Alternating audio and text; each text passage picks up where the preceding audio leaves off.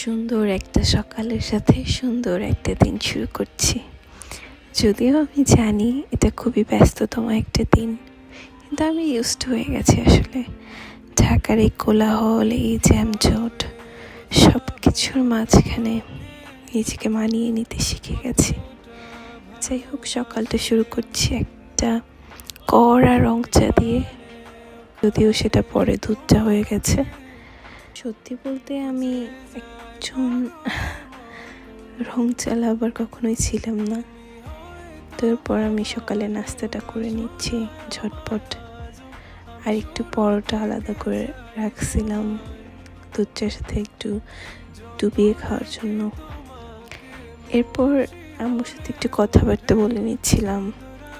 তারপর একটু ব্লুটুথে গান ছেড়ে আমি আমার হাতের কিছু কাজ গুছিয়ে নিচ্ছিলাম, নিজের রুম ক্লিন করছিলাম। শাওয়ারটা নিয়ে ফ্রেশ হয়ে আসলাম, ব্লু ট্রাই করে নিচ্ছিলাম, এখানে রেডি হয়ে নিচ্ছিলাম, দেখাচ্ছিলাম কী কী লিপস্টিক দিচ্ছি। তারপর বের হয়ে যাচ্ছি একটু স্যালাইন পানি নিয়ে।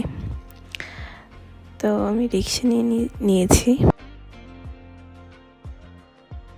এতো চলে এলাম আমার ক্যাম্পাসে, সবার সাথে একটু কথাবার্তা বলছিলাম। তারপর ক্লাস করতেছিলাম, একটা না 4টা ক্লাস ছিল, টায়ার্ড ছিলাম সবাই। ক্লাস শেষে একটু মজা করতেছিলাম, সবাই ফান করতেছিলাম, সবাই একটু আড্ডা দিচ্ছিলাম। তো ডিসাইড করলাম যে মামার দোকানে গিয়ে একটু চা খাওয়া যাক। তো সবাই মালাই চা নিল, রং চা নিল, পুদিনা চা নিল, কমলার চা নিল, আমি একটু হরলিক্স নিয়ে নিলাম। তো আসার সময় দেখি পাশে একটা বারবিকিউর দোকান হয়েছে নতুন, মানে বেসিক্যালি ফুড কোর্ট। আমি বারবিকিউটা ট্রাই করে দেখছিলাম। বারবিকিউ আর লুচিটা ঠিক ছিল, কিন্তু পুদিনার ওই চাটনিটা আমার জমেনি ঠিক। তো এরপর বাসায় চলে আসছি। বাসায় এসে ফ্রেশ হয়ে বের হয়ে গেলাম একটু হাঁটাহাঁটি করার জন্য, একটু রিল্যাক্সের জন্য।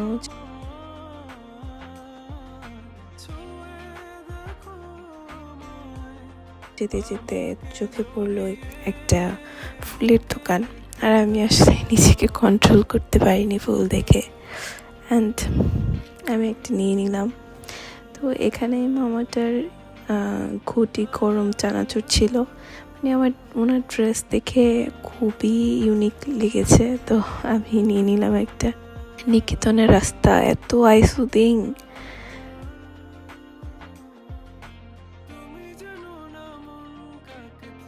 তো নিকেতনে পার্কের সামনে চলে আসলাম। এখানে অনেক স্ট্রিট ফুড, তো আমি এখন আপাতত স্ট্রিট ফুড খাবো না, আমি একটু চা নিয়ে নিচ্ছি। তো চা নিয়ে নিয়েছি, এখন সুন্দর একটা চাঁদের সাথে বসে বসে চাটা এনজয় করছিলাম।